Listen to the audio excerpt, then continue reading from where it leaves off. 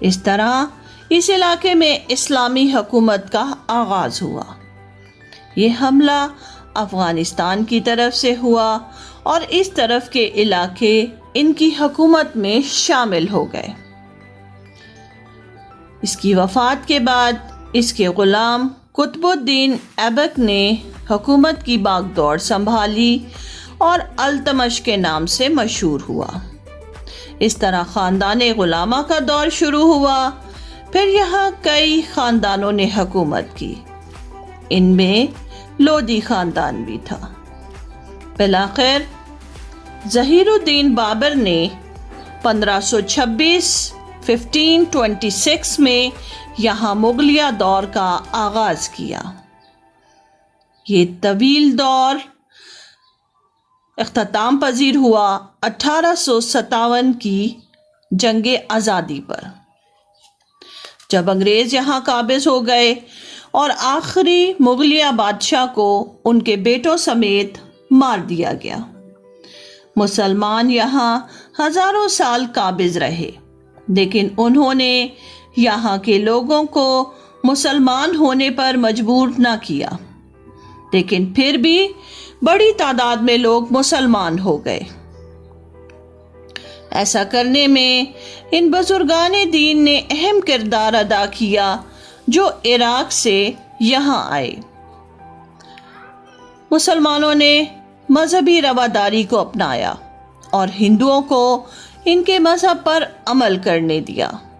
حالانکہ مسلمان پورے برِ صغیر انڈیا پر قابض ہو چکے تھے، اگر وہ چاہتے تو ہندو مذہب کو ختم کر سکتے تھے۔ انگریز حکومت سے اولاً تو ہندو خوش ہوئے، لیکن جب انہیں پتہ چلا کہ انگریز انہیں غلام بنا کر رکھنا چاہتے ہیں تو وہ ان کے خلاف ہو گئے۔ مسلمان تو پہلے ہی انگریزوں کی آمد اور حکومت کرنے سے ناخوش تھے۔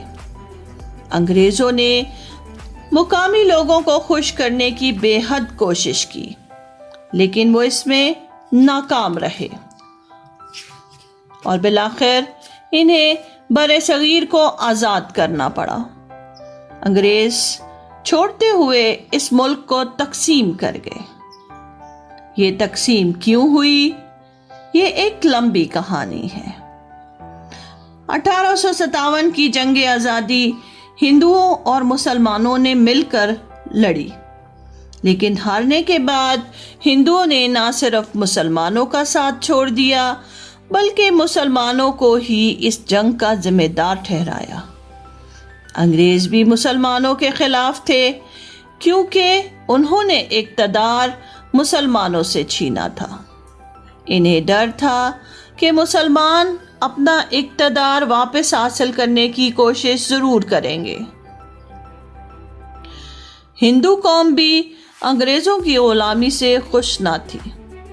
ان کا خیال تھا کہ جنگ ختم ہونے پر اقتدار ہندوؤں کے حوالے کر دیا جائے گا، لیکن انگریزوں نے ایسا نہ کیا، بلکہ 1858 میں اقتدار باقاعدہ ملکہ برطانیہ کے حوالے کر دیا گیا اور پورے برِ صغیر کو اپنا غلام بنا لیا۔ جب ہندو اور مسلمان اس سے ناخوش ہو کر احتجاج کرنے لگے تو انہیں مطمئن کرنے کی کوشش کی گئی، اور اسی کوشش میں 1885 میں انڈین نیشنل کانگریس کا قیام عمل میں لایا گیا۔ اسے ایک انگریز A.O. ہیوم نے بنایا۔ اس وقت ایک اہم ہستی سر سید احمد خان نے لوگوں کی رہنمائی کی۔ برِ صغیر کے لوگ آزادی چاہتے تھے، لیکن ہندو قوم اقتدار حاصل کرنے کی تگ و دو میں مسلمانوں سے بھی نجات چاہتی تھی۔ ان کا خیال تھا کہ مسلمان ایک عرصے سے یہاں حکومت کرتے رہے ہیں اور اب حکومت کرنے کا حق ہندوؤں کا ہے۔ سر سید احمد خان نے دو قومی نظریہ پیش کر کے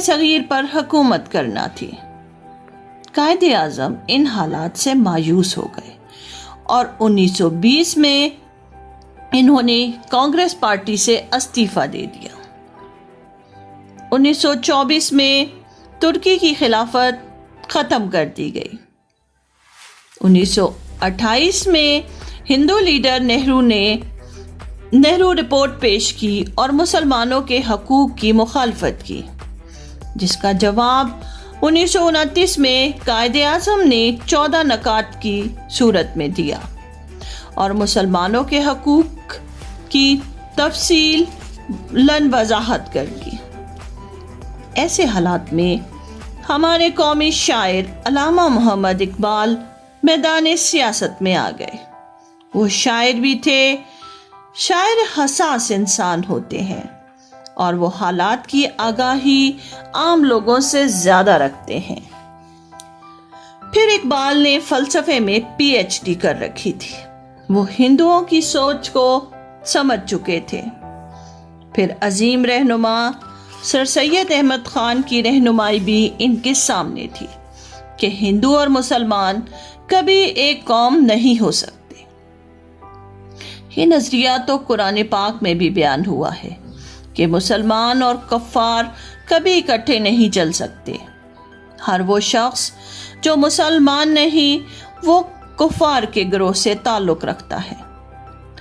اقبال نے اس نظریے کو مد نظر رکھتے ہوئے اپنے 1930 کے الہ آباد کے مسلم لیگ کے اجلاس میں دیے گئے خطبے میں ان علاقوں کی واضح نشاندہی کر دی جہاں مسلمان حکومت قائم ہونی چاہیے تھی۔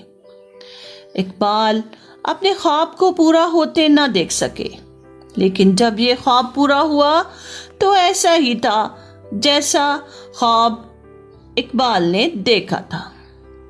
اقبال نے اپنی سوچ کو قائد اعظم میں منتقل کر دیا۔ جب قائد اعظم اس بات کو سمجھ گئے تو پھر کبھی ہندوؤں کی نہ مانی اور نہ ہی انگریزوں کی مانی۔ وہ اپنی بات پر ڈٹ گئے۔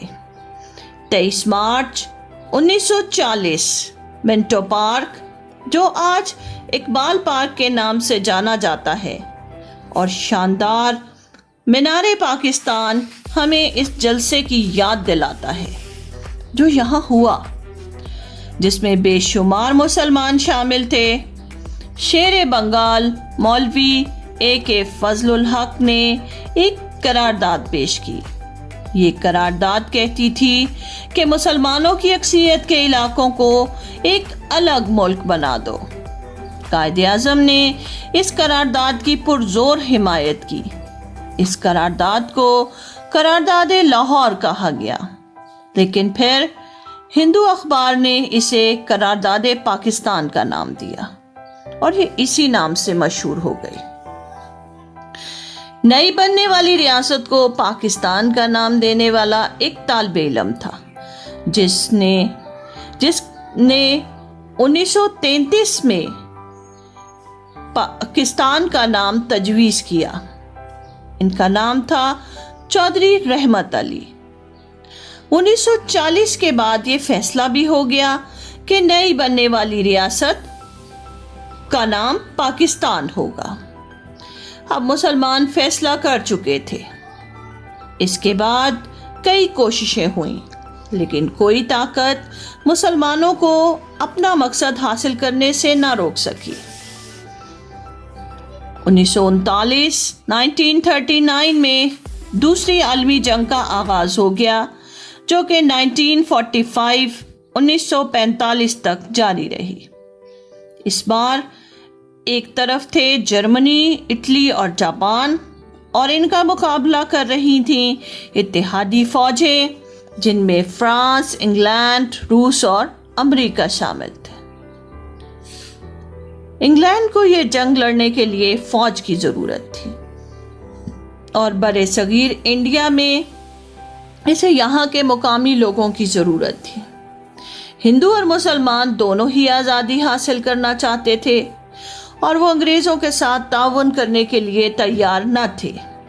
ایسے میں برطانوی کابینہ کے ایک ممبر سر اسٹیفرڈ کرپس کو 1942 میں انڈیا بھیجا گیا تاکہ معاملات کو طے کیا جا سکے۔ کرپس نے تجویز کیا کہ انڈیا کے 2 صوبے بنا دیے جائیں جو مرکزی حکومت کے زیر تحت کام کریں گے اور مرکزی حکومت انگریزوں کی ہوگی۔ 10 سال کے بعد اگر وہ چاہیں تو آزاد حیثیت حاصل کر سکیں گے۔ مسلمان 10 سال کا انتظار نہیں کر سکتے تھے، انہوں نے اسے نہ مانا، اور ہندو اس لیے نہ مانے کہ تقسیم ہندوستان انہیں منظور نہ تھی۔ حکومت کو کمزور ہوتا دیکھ کر ہندوؤں نے سول نافرمانی کی تحریک شروع کر دی۔ ہندو لیڈرز جن میں گاندھی بھی شامل تھے انہیں قید کر لیا گیا۔ قائد اعظم نے برطانوی حکومت کی بات مان لی کیونکہ وہ جانتے تھے کہ آزادی سے پہلے تقسیم ہند ضروری ہے۔ 1944 میں گاندھی کو آزاد کر دیا گیا۔ قائد اعظم اور گاندھی کی کئی ملاقاتیں ہوئیں۔ گاندھی قائد اعظم کو تقسیم ہند سے روکنا چاہتے تھے، لیکن قائد اعظم اب اپنا فیصلہ کر چکے تھے، انہیں صرف اسے پایہ تکمیل تک پہنچانا تھا۔ 1945 میں دوسری عالمی جنگ ختم ہو گئی۔ اتحادی فوجوں نے فتح پا لی محض اس لیے کہ امریکہ نے ایٹمی بم کا استعمال کیا اور جاپان پر 2 بم گرائے، جس سے بڑے پیمانے پر تباہی ہوئی۔ اتحادی فوج جیت گئی، لیکن مالی طور پر وہ بہت کمزور ہو چکے تھے۔ انگلینڈ یا برطانیہ نے برِ صغیر کو چھوڑنے کا فیصلہ کر لیا۔ 1945 میں شملہ کانفرنس ہوئی جس میں مسلمانوں کے وفد کی سربراہی قائد اعظم نے کی اور ہندوؤں کی نمائندگی گاندھی نے کی۔ کانگریس کی طرف سے کئی مسلم لیڈر بھی شامل ہوئے تاکہ ثابت کیا جا سکے کہ کانگریس وہ واحد جماعت ہے جو سب کی نمائندگی کرتی ہے۔ انگریزوں نے ایگزیکٹو کونسل کی تجویز پیش کی جسے نامنظور کر دیا گیا۔ 1945 اور 1946 کے الیکشن ہوئے۔ کانگریس نان مسلم سیٹیں جیت گئی، لیکن مسلم سیٹوں پر مسلم لیگ نے شاندار کامیابی حاصل کی۔ یہ ثابت ہو گیا کہ مسلم لیگ ہی مسلمانوں کی نمائندہ جماعت ہے۔ کوئی پارٹی دوسری پارٹی کی حکومت کو ماننے کو تیار نہ تھی۔ 1946 میں انگریزوں نے آخری کوشش کے لیے کیبنٹ مشن، جو کہ برطانوی کابینہ کے 3 وزراء پر مشتمل تھا، کو انڈیا بھیجا۔